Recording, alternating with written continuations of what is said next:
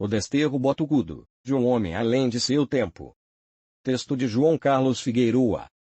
O trem subiu a encosta seguindo pela Serra do Barão, tomou água nos fundos da fazenda dos Conceição, varou as primeiras centenas de metros do altiplano, deixando para trás o café da fazenda Lajeado, e encostou-se à estaçãozinha de Botucatu. Uma nuvem de vapor inundou a gare, encobrindo a visão dos que estavam à espera. Mal o vapor abaixou, os condutores dirigiram-se rapidamente para dentro das salas. Iam reportar a viagem até ali, carregar encomendas e descarregar outras. Então, o padre apareceu à pequena porta do vagão de passageiros. Esguio, de batina preta vestindo rigorosamente do pescoço aos pés, seguia seu perfil magro e longo, rosto comprido, nariz proeminente, expressão atenta. Descansou as duas malas na plataforma, ergueu o corpo e correu os olhos pelo lugar para onde vinha, destacado para integrar o corpo de sacerdotes da matriz. Não viu muito. Ao longe um elegante edifício de 2 andares, a atual sede central dos Correios, seguramente uma bela residência de gente de posses, encravado no sopé da montanha. Dali, à direita, subia um caminho que mal conduzia ao topo do morro, ainda pouco habitado. À esquerda, uma larga avenida, ladeada de pequenas construções, ainda engatinhava, via-se. Mais ao longe, já perto do horizonte, onde hoje está a Vila Maria, quase toda desabitada, pontuada de singelos casebres de madeira, soltos no meio do pasto. Pensou ter visto tudo. Desviou o olhar e viu o Monsenhor Ferrari, alegre, saudar-lhe, oferecendo um lugar no trole puxado por 2 cavalos. Venha, esta é a minha carruagem. E sorriu do próprio gracejo. O padre fez que sim com a cabeça, acomodou as 2 malas, subindo no assento do passageiro e seguiu, em silêncio, o que teria levado o padre, tão acostumado com as grandes cidades, para uma cidade boca do sertão, e tão inóspita como Botucatu. Uma promoção, ou uma punição, por ter algum trabalho paralelo, se você chegou até aqui. Se inscreva no canal, curta, compartilhe, e toque no sininho. É muito importante para divulgar o canal Vidas Contadas. Obrigado, falar um pouco. O padre ouvia atento. Monsenhor Ferrari, mais prolixo, contava. Estou aqui há 20 anos. Vim para cá muito mocinho, primeira messe, e me assustei, de início. Agora não. Já mudei de lugar à igreja matriz, no final de 1880, e aqui o senhor vai ver, é muito maior. Mas, antes, vamos passar na velha matriz. É mais fácil seguir por aqui, os cavalos aguentam bem. E o padre só ouvindo. O monsenhor falava, o trole andava e o padre desligou-se um pouco foi vendo, a cidade não tinha luz elétrica, as ruas não estavam pavimentadas, eram poeirentas, a condução era à base dos troles puxados por animais. Num dado momento, interrompeu o monsenhor. Tem água encanada a... Não, peremptório, respondeu o monsenhor. Tomamos banho de bacia. Como é a iluminação? A pública, redarguiu o monsenhor, de rua. No lampião de querosene. A das residências, dependendo das posses, pode ser de gás acetileno, lampião belga querosene, ou lamparina com mecha, mergulhada em óleo. Mas esta faz um fumacê danado. O padre mergulhou num novo ato de silêncio. Ia só olhando e ouvindo. Cruzaram a longa avenida que se abria, a Floriano. O padre corria os olhos, à direita, vendo as recentes ligações com vias, que começavam na avenida e subiam morro acima. E, à sua esquerda, pavilhões que pareciam fábricas. Eram as indústrias Blasi. Fizeram o percurso todo calados, um silêncio quebrado apenas pela fala do monsenhor, e chegaram ao Largo da Liberdade, hoje Largo do Para Todos. O monsenhor, falante, exclamou. É esta aqui, a igreja de São Benedito. O padre olhou aquele velho e sagrado edifício, com expressão de espanto e desolação. O monsenhor, rápido, adiantou, estava velho demais, e era pequeno. Não se impressione, a nova é muito melhor. E o padre continuou não dizendo nada. O monsenhor Ferrari dirigiu seus cavalos, e os faz varar a rua principal, a que começava defronte da igreja de São Benedito, buscando subir a encosta pelo caminho mais usual, o dos mortos. Vamos subir onde antes era a alameda que conduzia ao cemitério, no alto da colina está mais firme, e, no topo, atingimos os fundos da nova matriz, exclamou o monsenhor. O trole subiu a encosta pelo caminho dos mortos, com os animais puxando lentamente, mas firmes. Um edifício chamou a atenção do padre. E ali, o que é? Teatro, respondeu o monsenhor. É de tijolos somente a entrada que estamos vendo. Da entrada para os fundos tudo é feito em tábuas e vigas de madeira. Pertence à Santa Casa de Misericórdia. Santa Casa? Perguntou o padre. É, um hospital, já está funcionando há uns 4 anos. Obra do Dr. Costa Leite, um baiano formado na Escola Nacional de Salvador, que veio para cá mais ou menos na época em que vi. Somos amigos. Visivelmente impressionado, o padre silenciou novamente. A parelha de cavalos contornou, no alto da via, à direita o território do antigo cemitério, ainda sem novo uso, depois da transferência das ossadas para o novo, o atual, Portal das Cruzes. Dali emparelhou com o descampado de onde se via, à esquerda, a nova matriz. Os cavalos resfolegavam, suados, bufando pelas ventas.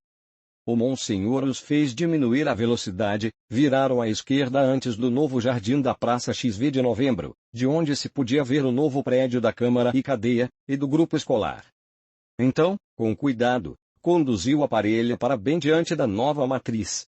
Não disse nada. Um silêncio se fez por uns instantes. O edifício era grande, os ressaltos à imitação de colunas gregas, encimados por um triângulo, davam-lhe um aspecto clássico. Olhou para cima, lá estava o relógio, incrustado na parede, mas faltavam-lhe os sinos. Não tem torre, um campanário? Perguntou o padre. Ainda não, respondeu o monsenhor, já meio chateado. Era visível que o edifício não impressionara o padre. Vamos para casa, moro logo ali atrás, em propriedade de minha família. Somos italianos e eles vieram para me dar suporte. E o padre, em silêncio, viu o monsenhor parar em frente de um bangalô, já meio desbotado. É aqui. O monsenhor desceu, rodeou o trolê e levou as mãos para pegar as malas. Deixa que eu faço isso. O monsenhor recuou as mãos, mas ficou intrigado. O que haveria ali dentro daquelas malas, além do breviário, das roupas e sapatos? Pouca coisa, respondeu o padre, adivinhando a curiosidade do monsenhor. Entraram na casa, vazia ainda, e o monsenhor levou o padre até os seus aposentos. Este, curioso, com cuidado, esticou o pescoço, correndo os olhos para dentro do quarto. Uma cama, um criado mudo, um guarda-roupas, um castiçal para velas, e um móvel com espelho, bacia e jarro, seguramente para a higiene da manhã e noite. O monsenhor distanciou-se, dizendo que ficasse à vontade. O padre depositou suas malas sem abrir, quase ao pé da cama. Pediu licença e fechou a porta. Sem dizer palavra alguma, ficou parado por algum tempo, olhando o quarto por dentro e pensando. Estava visivelmente chocado, mas agiu como manda o figurino. Ajoelhou-se com o breviário entre as mãos, cotovelos apoiados na cama, e rezou. Senhor, não sei quais os teus planos para mim, mas os aceito. Em seguida, cansado, estirou-se na cama e, olhando para o teto, ainda sem forro, adormeceu.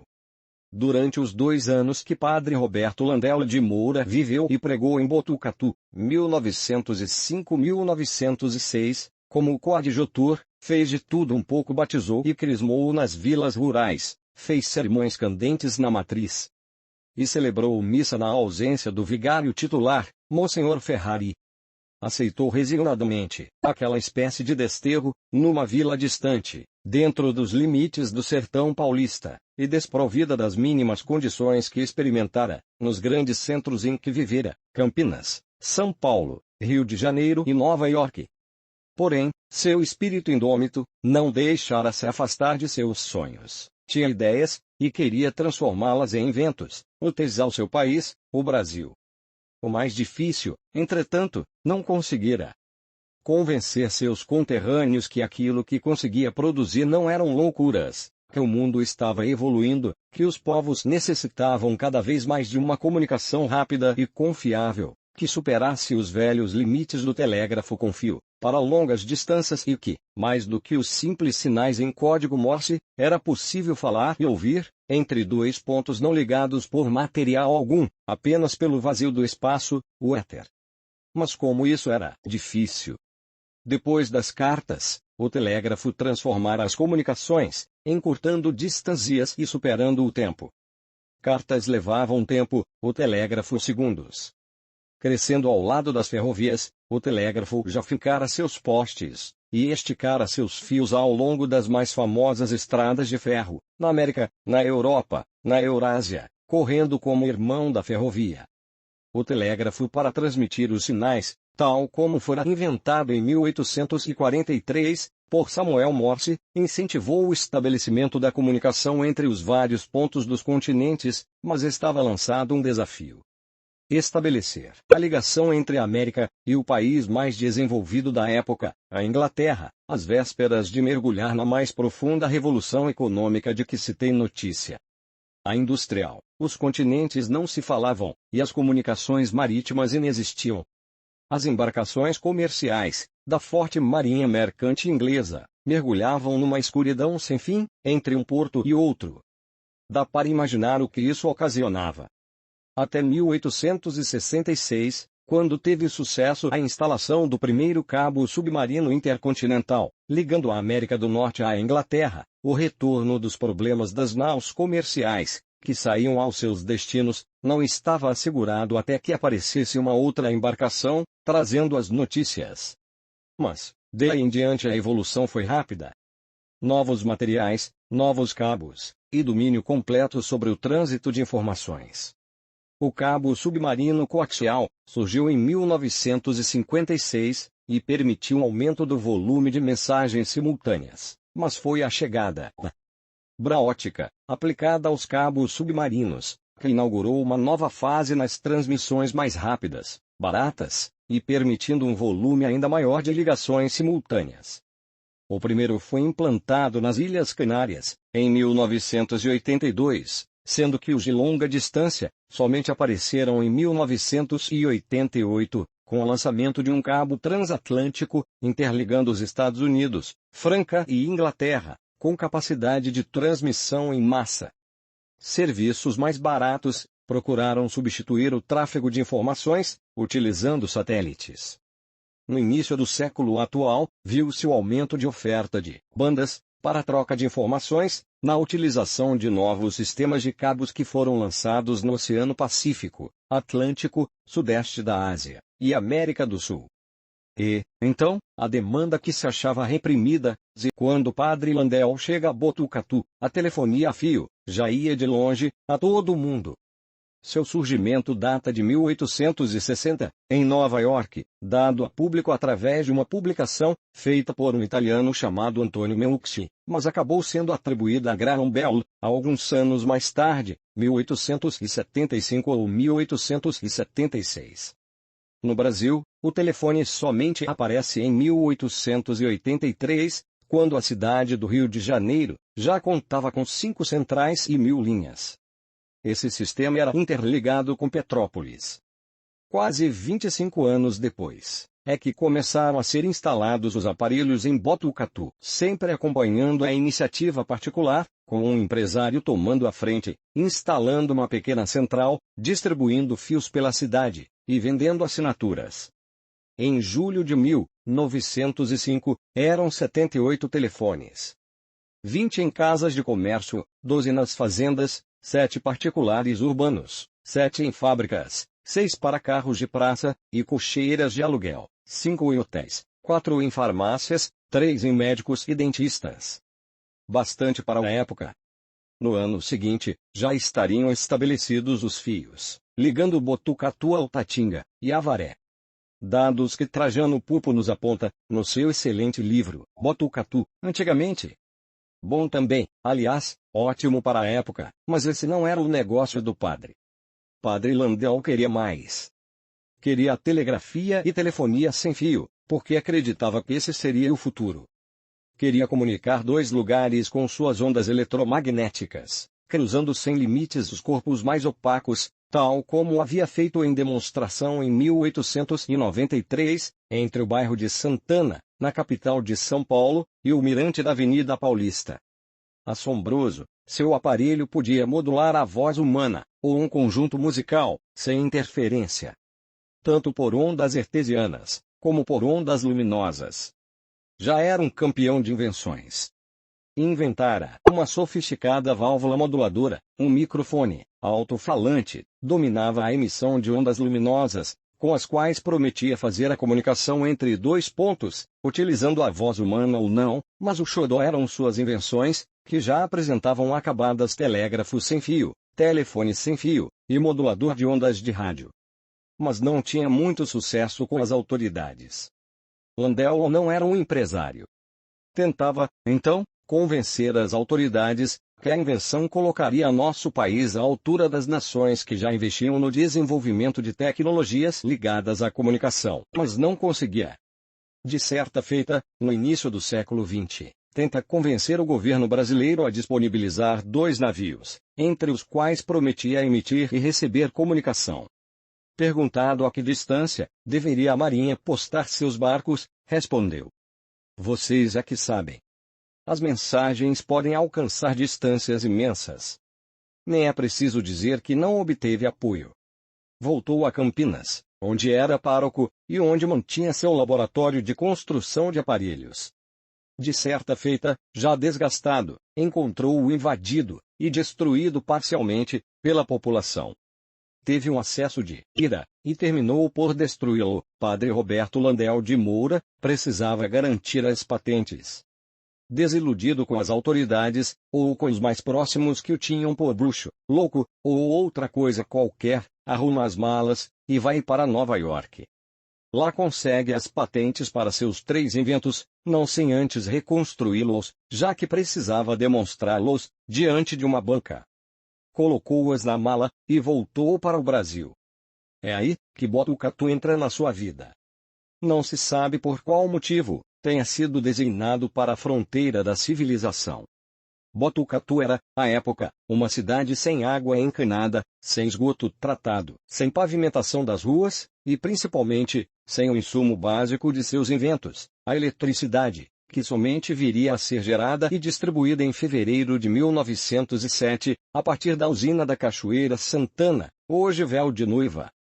Para ele, pároco em Campinas, frequentador dos círculos científicos, eclesiásticos e jornalísticos de São Paulo, Rio de Janeiro e Nova York, todas as cidades, já com a eletricidade em uso em larga escala, inclusive com o bonde elétrico, não deve ter sido fácil, mas Landau não desiste. Aqui, tira das malas seus inventos, e corre atrás de seus sonhos, novamente. Entre uma missa e outra, um sermão e outro, um batizado e outro, vamos encontrá-lo, buscando o apoio da Assembleia Legislativa de São Paulo, através do deputado Amando de Barros. Provavelmente orientado, encaminha uma petição para esse órgão legislativo. Diz o jornalista, Hamilton Ribeiro, que ali compareceu, depois de solicitar ao Centro Cultural de Botucatu uma pesquisa sobre a passagem do padre por Botucatu, e elaborou uma publicação com os resultados, publicação feita em 19 de fevereiro de 2011, Jornal 0 Hora, de Porto Alegre, que de sessão de 16 de dezembro de 1905, sua petição, escrita de próprio punho, foi lida, solicitando recursos para produzir e colocar à venda os seus aparelhos de rádio e telegrafia. Dizia o peticionário que se pode telegrafar e telefonar a grandes distâncias, servindo-se de ondas luminosas ou ondas aéreas. Para atestar o seu pioneirismo, anexa recortes de jornais como o New York Herald, além de traduções juramentadas dos pareceres dos técnicos americanos sobre a importância e utilidade das invenções. Mas perde mais uma vez. Alguns meses depois, em 20 de julho de 1906, a Assembleia Legislativa de São Paulo traz o resultado de 10 petições. Todas foram arquivadas, sob a alegação de que umas foram atendidas, e outras perderam a oportunidade. Entre estas, estava a de Roberto Landau de Moura. Não se sabe o que vem ocorrido depois, aqui na cidade. As notícias desaparecem dos jornais. Landel é deslocado para outras paróquias, e volta ao seu estado natal, o Rio Grande do Sul. Morre em 1928, sem ter visto seus inventos aproveitados pelo seu país. Vencidas, as patentes tornaram-se outros inventos, que foram industrializados no exterior. O Brasil importou, depois, a tecnologia, e o resultado prático dela. Uma homenagem tardia, mas ainda válida. Tendo abrigado por 2 longos anos, o padre Roberto Landel de Moura, considerado hoje extraoficialmente, o inventor do rádio, pela sua primazia experimental, e sua originalidade, na formulação dos princípios do uso das ondas de rádio, e luminosas, Botucatu, que jura amar a cultura, e a ciência, bem que poderia erigir uma homenagem ao físico, cientista, e padre Roberto Landel de Moura, homenagem dos nomes relevantes. Por ter engrandecido e feito conhecer o nome de sua cidade, foi colocado em sua sepultura, no cemitério local, uma placa de aço inoxidável, contendo, gravado, seu nome, foto, datas de nascimento e falecimento, e um QR Code, que remete a uma página exclusiva do site Nomes Relevantes, contando toda esta biografia. Faço também uma homenagem a um parente ou amigo querido, contando a sua história através dos nomes relevantes. Atendemos todas as cidades do Brasil. Não deixe que seu parente ou amigo seja lembrado apenas pelo nome. Mostre, através da tecnologia do QR Code, toda a sua vida, engrandecendo assim sua família e a história de sua cidade. Saiba mais ligando para 14 996906163.